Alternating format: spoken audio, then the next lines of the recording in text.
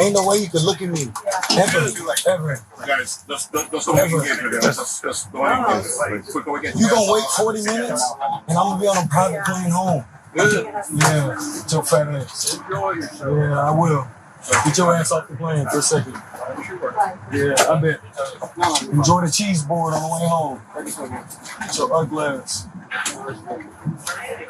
Don't mean nothing to me, bro.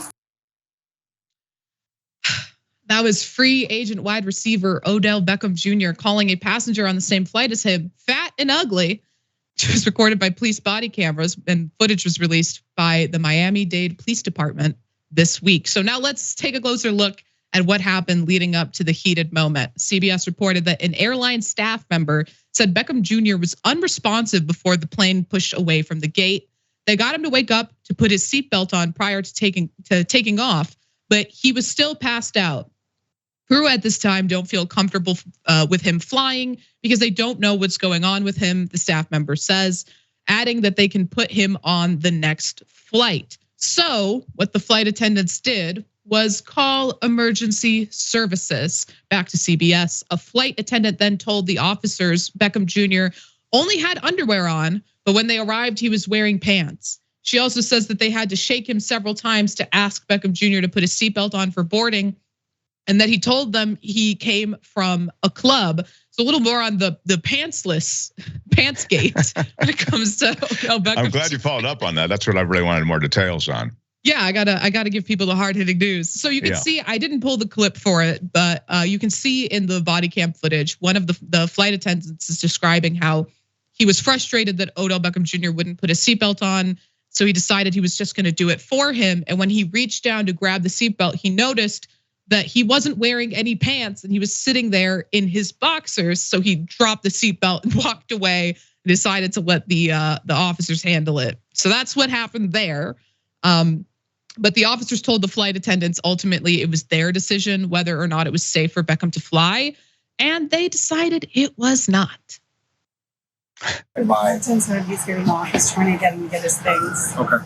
We tried to get him to get his seatbelt, and he could shake his head. And he's mad at us because we called you. I said we're worried about you. Okay, that's fine. You guys are doing your job. He's going to go deteriorate once we get in the air. So he's all embarrassed. Don't worry.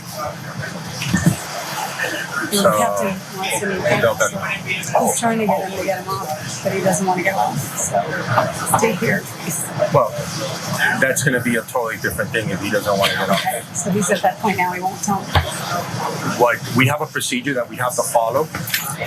If he refuses to get off, you're going to have to deboard everybody. Because you're concerned with the situation. Correct. At least everybody got that way. At the first line. Yeah, so it's going to be starting. Sorry, I didn't hear you. No, he doesn't want to come off. He does not want to come off? So now it's coming to the next. Okay. So the entire plane had to deboard because Odell Beckham refused to. So let's think back to that first video I showed you where Odell Beckham Jr. is berating the man in the red shirt as he leaves the plane. Beckham Jr. is the reason that man had to get off of his flight and then still had the audacity and the arrogance to throw insults at him. And eventually the airlines did get all the other passengers off the plane. And once he was alone with the officers, this is what Beckham Jr. had to say. I'm gonna get off, but can you make sure one favor? The white man with the red shirt, do not let me walk by him. No.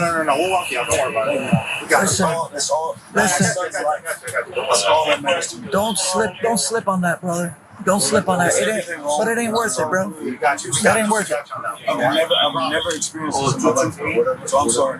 Whatever you do, say 268. Try your best. It's hard because trust me, you try every day. It's only hard because of my ego.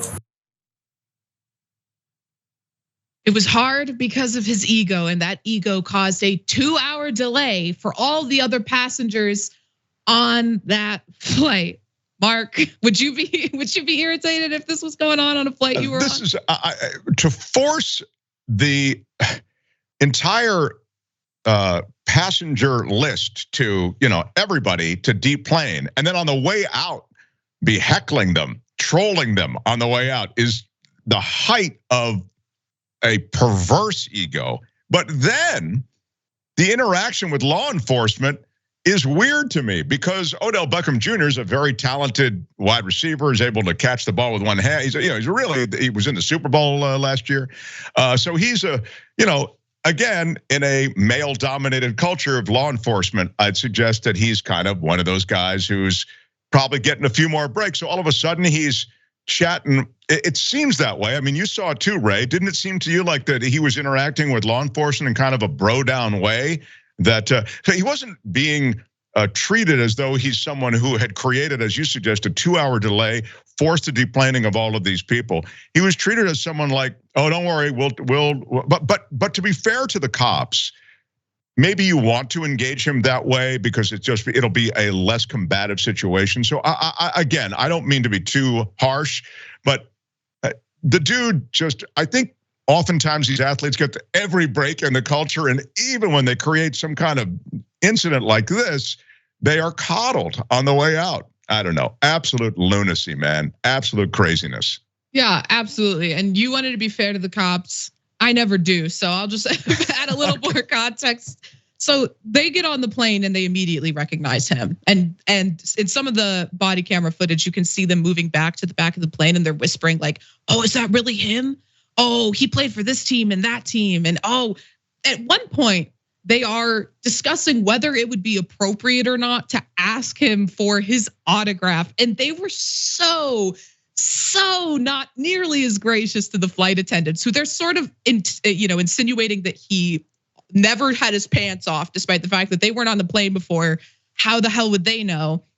And they're telling the flight attendants, he seems fine, despite the fact that they shook him pretty hard to wake him up and that he was clearly, out of it.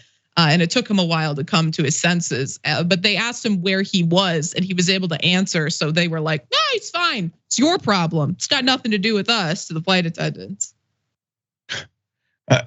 It is reminiscent to me of a lot of situations involving athletes out of control. When the cops show up, it's, can we get pictures with them? And I mean, the extreme example is O.J. Simpson, where he hacks up 2 people, of course, and in prison, he was like a celebrated inmate. But prior to him hacking up 2 people, he was a domestic violence perpetrator. He beat the living daylights out of his wife. Just horrifying pictures and reports. And when the cops showed up, oftentimes they'd get pictures with O.J. Simpson. He would talk to them, and there was that bro-down community around, again, a superstar athlete that completely undercuts whatever justice system we're supposed to have. So, yeah, this is again, it's a broad breadth of things associated with this sort of handling of these superstar athletes. But this guy is so jacked up on his own BS. And then when the cops show up to take him down, take him off this flight, they get jacked up on his BS also. Yeah, and I mean, the flight attendants had a legitimate concern, especially because they shook him violently to try to wake him up. He wasn't responding to them for a long time. He told them he had gone clubbing right before his flight, and apparently all night, because it was an early flight, like 7 or 8 in the morning.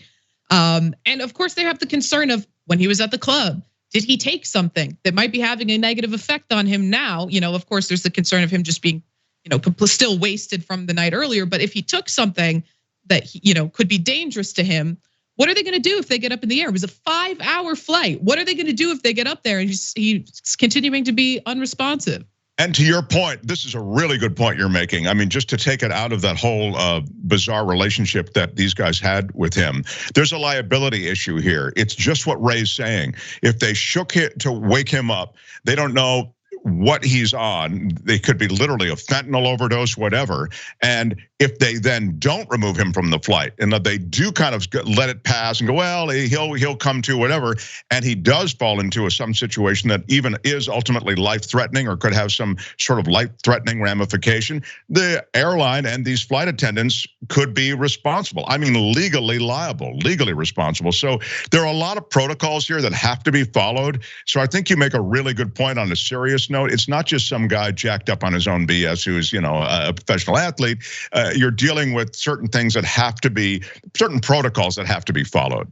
Yeah, Exactly. Thanks for watching the Young Turks. Really appreciate it. Another way to show support is through YouTube memberships.